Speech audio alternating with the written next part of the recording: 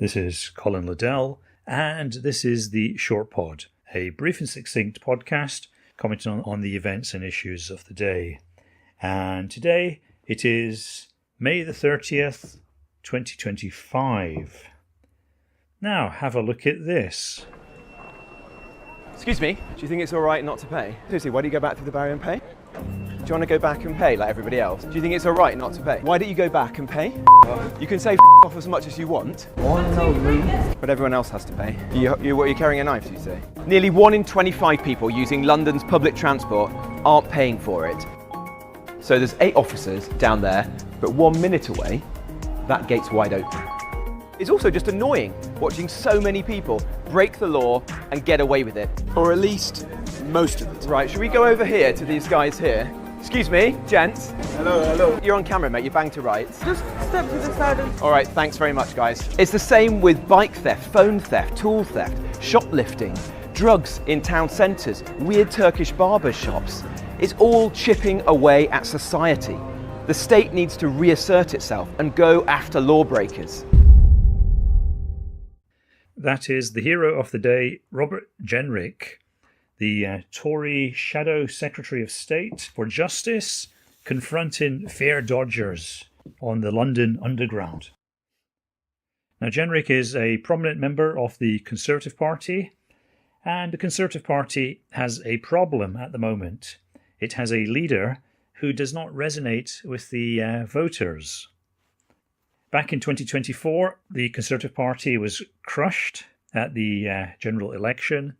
Keir Starmer won a landslide victory, and the Conservative Party lost hundreds of MPs. Sunak, of course, stepped down. There was a leadership contest featuring the surviving members of Parliament. And finally, the members of the Conservative Party selected a Nigerian anchor baby, Kemi Badenoch, to be their leader.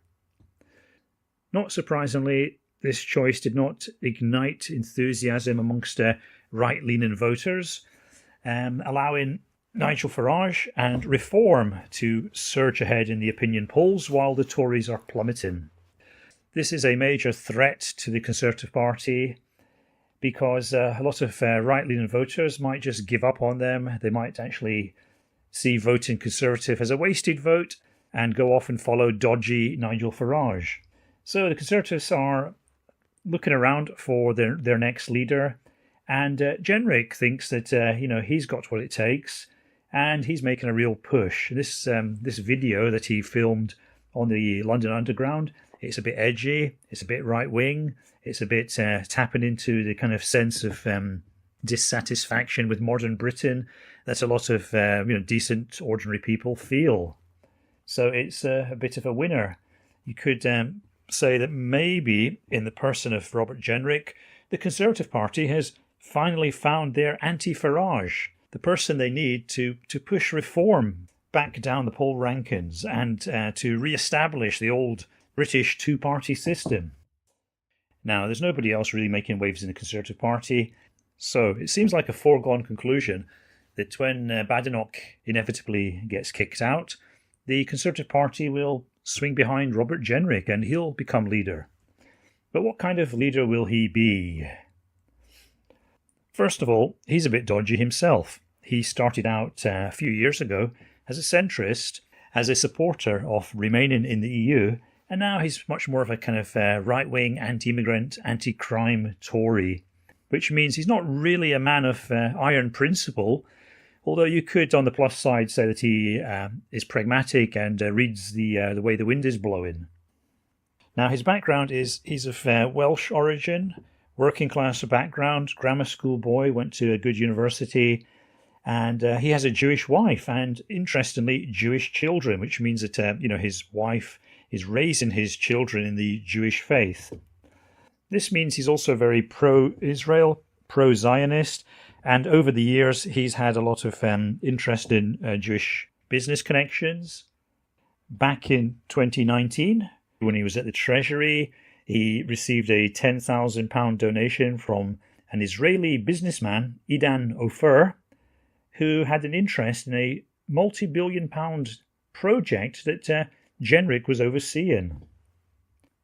Then, in 2020, when he was a housing minister, he made a series of decisions that helped Richard Desmond, another Jewish businessman, to save approximately £150 million on a development in the Isle of Dogs in London.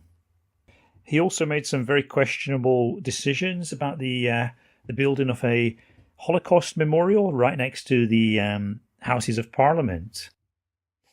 But what seems to have been the real problem for Jenrick back then was his handling of the Grenfell Tower aftermath. That seemed to generate a lot of unpopularity, a lot of criticism, and at the time the Prime Minister Boris Johnson decided to dismiss Jenrick from his cabinet. After Boris had his own scandals and had to resign, Rishi Sunak became leader, and he gave Jenrick a second chance, appointing him a Minister of State for Immigration. Now, at this point, the Conservative Party was in government, but they were dealing with the fallout from the Boris wave of mass immigration. Reform UK, led by Nigel Farage, were breathing down their neck, and so the Tory party, under Rishi Sunak, tried to swing right, and they became much more hardline on immigration. And Jenrick was very much part of that movement. As Minister of State for Immigration, he oversaw things like the Rwanda scheme and other measures against immigration. So he was kind of hardliner, and this led him to actually resign from the government. Possibly he realised that the Conservative Party was going to go down to defeat in 2024, and he wanted to jump ship and get ready for a leadership bid, which is what happened next. Another interesting point is that he worked for a period in Moscow. So it's not impossible that the Kremlin has some low-level compromat on him. So my estimate of Jenrick is that he's a bit of a Machiavellian character. He's quite a cunning politician.